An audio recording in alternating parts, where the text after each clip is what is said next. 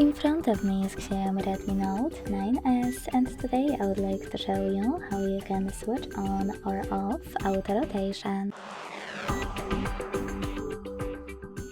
Begin by going into Tab menu and looking for Lock Orientation shortcut. When you find it, click on it.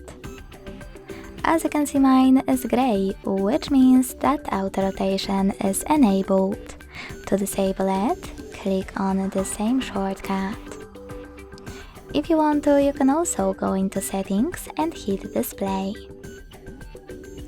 Then scroll down and tap on this switcher next to Auto Rotate screen to switch it on or off.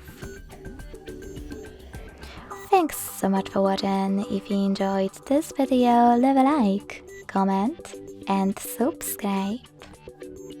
Bye!